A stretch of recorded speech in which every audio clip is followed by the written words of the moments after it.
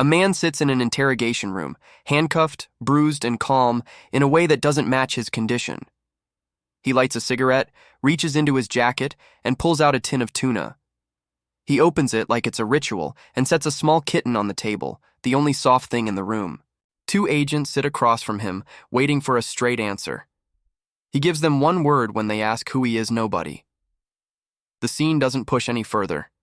It ends on the smoke and the kitten blinking in fluorescent light. The film moves backward into a quieter life. Morning alarms, a jog that looks like habit more than exercise, coffee poured into a travel mug, a punch of time-card monotony. Hutch Mansell's life is ordinary in all the ways that are supposed to be good. He lives with his wife, Becca, who's successful at her work and composed at the breakfast table. His teenage son, Blake, barely meets his eyes. His little daughter, Sammy, gravitates to him with a casual warmth that doesn't require proof. The house is comfortable, the rooms are tidy, and the bed is split by a pillow down the middle at night. That detail doesn't show a fight. It shows distance. No one says anything about it. At night, a dog barks outside. He checks the window in the backyard out of habit. Downstairs, there's soft movement, gloves on drawers, a breath held in a cold room. 2 burglars slip through the shadows. The woman has a handgun in trembling hands. The man rummages quickly. They want cash fast, maybe a watch, anything they can fence without questions. He sees them and everything slows for him. He picks up a golf club and measures the room. Blake thunders down the stairs in an impulsive burst of courage and tackles the male thief. The struggle is messy, real, and full of fear. The woman points the gun with a shaking arm. Hutch reads the angle, the way she holds it, the sound of the click that isn't there. He holds his swing. He tells Blake to let him go. They leave. On the way out, the male thief lands a punch on Blake's face. When the door closes, the house is loud with breathing and then completely quiet. Everyone looks at Hutch like he made the wrong choice. And he doesn't argue. The police come and take notes in a way that feels procedural. One of them implies that a stronger response might have prevented the punch to Blake's face. The neighbor across the street puffs himself up and mentions what he would have done, shows off his car and speaks like a man who's never fought anyone but believes the story he tells himself. Hutch says nothing, signs a form, and lets everyone leave.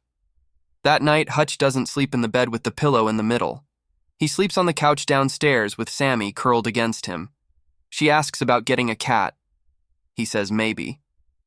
The house doesn't feel safe or unsafe. It just feels watched from the inside, like they're all checking the locks that were locked before. In the morning, Blake asks Hutch if he ever served in the military for a school project on veterans. Hutch tells him he was only an auditor. The word lands as bland as possible, and everyone at the table seems to accept it. Becca suggests that Blake talk to Hutch's brother Harry instead. The conversation moves on like water around a stone. At work, Charlie hands Hutch a handgun and tells him to keep it just in case. It's awkward and meant to be helpful and condescending all at once. Hutch takes it home and stashes it in the back of the refrigerator behind a box of leftovers. He goes back to see Eddie and circles again on buying the company. He wants something that is his. Eddie's smile says, "There's nothing to buy." That evening, the family sits at the dinner table. The ritual is intact, the mood is not. Sammy goes quiet and then mentions her kitty bracelet. The little one she loved was in the bowl by the door with the cash that disappeared. It's gone now. No one has to say the burglars took it. They all assume it. For Hutch, that small detail is the felt edge of something bigger. Hutch goes to his father, David, who lives in a nursing home with warm lamps and too many television channels. David's body moves more slowly, but his eyes move like they always did. He asks if Hutch remembers the man he used to be. It's not a riddle. Hutch doesn't answer out loud. David gives him the look of an old soldier who knows the answer was yes. Hutch leaves with more on his face than he arrived with. Back at his office, Hutch locks the door, pulls up a radio that doesn't belong in a metal shop office, and calls a voice no one else hears. His brother Harry answers. The contact is coded by habit, even though the content is simple. Hutch explains he held back because he saw that the gun wasn't loaded, saw kids more scared than dangerous, and didn't want to cross a line over scared strangers. Harry says he did the right thing and tells him not to do anything stupid. It's meant kindly. It doesn't land as instruction. Hutch borrows his father's old badge and a gun that looks like it still knows what it's for. He starts in tattoo shops where people's faces are stories and the right wrist ink can open a door. In one place, a big man laughs at the age of the badge until Hutch tilts his body and shows a small mark that only certain people recognize. The entire attitude in the room changes. A door locks. A voice asks what he needs. Hutch points at a photo of a tattoo that matches what he saw on the burglar's wrist. The address he gets isn't a victory speech, it's a direction. Hutch enters a small apartment like a man who's done it 100 times without being noticed. He points a gun at the boyfriend. He tells them what he wants, his watch and the kitty bracelet that belongs to his daughter. The couple tries bravado, then fear, then honesty. A baby starts crying in a back room, a coughing sound that spikes adrenaline in anyone with a heart. Hutch's eyes go to the sound. The couple isn't dangerous, they're desperate. The bracelet isn't there. He lowers the gun and leaves without more words. Out on the sidewalk, he punches a brick wall until his knuckles ache. He is angry at himself. The bracelet is still gone. Late at the bus, not many passengers. A young woman sits alone, headphones on, trying to be invisible. A group of 5 drunk men boards the bus and flips the air with their noise. They find the woman because that's what men like that do. The driver looks helpless. He stands. He walks down the aisle and tells the driver to step outside. He closes the bus doors. He reaches into his jacket, pulls out a handgun, opens the cylinder, lets the cartridges fall into his hand, and pockets them. He is not going to shoot anyone. He is going to fight. He tells the men he's going to make sure the girl gets home safe. Then he does what he says. The fight is brutal and fast, and slows down only in the parts where bones make sounds. Hutch uses the poles, the seats, the windows, and the sudden quiet in his mind that comes when he stops pretending. He breaks the leader's windpipe with a hard, unforgiving strike. Then, before he leaves him to die, he shoves a straw into his neck in a crude airway so the man can still breathe. The girl walks away quickly. The bus looks like it was in the wrong kind of storm. Hutch is bloodied and calm when he steps off at his stop. Hutch comes home and finds Becca waiting in the dark. She's not surprised. She brings out the first aid kit and cleans his cuts and the stab wound like she's done this before and would rather not. He says there's a distance between them and he doesn't like it. She listens and doesn't argue. She lifts the pillow from the center of the bed and removes it. It's a small thing. It's also everything it looks like. In a club with heavy lights and a glassy floor, a man sings badly and then smiles like he planned it that way. Yulian Kuznetsov moves through the room like he owns it and everyone in it. He checks with his people about the obshchak money, the pooled mob cash that he's been guarding. He dances through their skepticism and then shoots a man who doubts him. He takes a call that pulls the smile from his face. His younger brother was beaten half to death on a bus. Family requires a response. Hutch wakes with purpose. He cooks breakfast and tries to glue the day together with normal gestures. He tells Blake he's proud of him for trying to protect the family. He helps Sammy with something small at the table and asks about school. Then he sees the slow sweep of lights and movement outside the window. He tells his family to go to the basement. He opens a heavy door. A safe room yawns open. He tells them to close their eyes before he closes it. He is gentle and direct and already thinking ahead. Yulian's first team comes in like a practiced crew. Hutch is waiting. He uses the corners, the angles, the dull edges, and the parts of the house that aren't designed to be weapons but become them anyway. He drops men methodically. He moves with purpose, not glee. In the middle of it, he takes a hit from a taser that locks his muscles and drags him down. They cuff him, shove him in a car trunk, and drive away. In the dark of the trunk, Hutch breathes slowly and listens to the road noise. He dislocates his wrists and pulls his hands forward. He finds a fire extinguisher. He sprays the car's interior through the cracks, filling it with choking powder. The driver panics and loses control. The car crashes. It's violent and loud and final. Hutch pushes the lid up, crawls out, and leaves the bodies in the wreckage behind him. Hutch returns to his house and drags surviving men onto the couch to talk to them and to himself. He tells them who he used to be in language that sounds plain, an auditor, not numbers, people. When a problem was declared untouchable, he was sent to end it. He did it carefully. He did it well. One day he spared a man who asked to live, and that man changed. Hutch retired and tried to build a life that didn't need knives hidden in it. While he's talking, his eyes catch a glint under a table. He reaches down and pulls out Sammy's kitty bracelet. It wasn't stolen. It slid under something and got missed. He holds it, stunned at how close it always was. Then he sends his family away to somewhere safe. He watches them go and then burns his house to the studs to erase what just happened inside it. Two men with professional posture walk into a nursing home and into David's room. He's asleep in a chair that looks like it belongs to him. They close the door and step toward him. David opens his eyes and produces a gun no one saw coming. The noise is fast and ends quickly. The hallway never really wakes up. David turns the TV volume down and rests again like nothing important happened. Hutch goes to Eddie with a bag of gold bars and drops them onto the desk. He's buying the company. The deal concludes without romance. He closes the factory floor and turns off the signs. He walks the aisles and studies the layout with a different eye now. He sees lines of attack and cover where other people see beams and presses.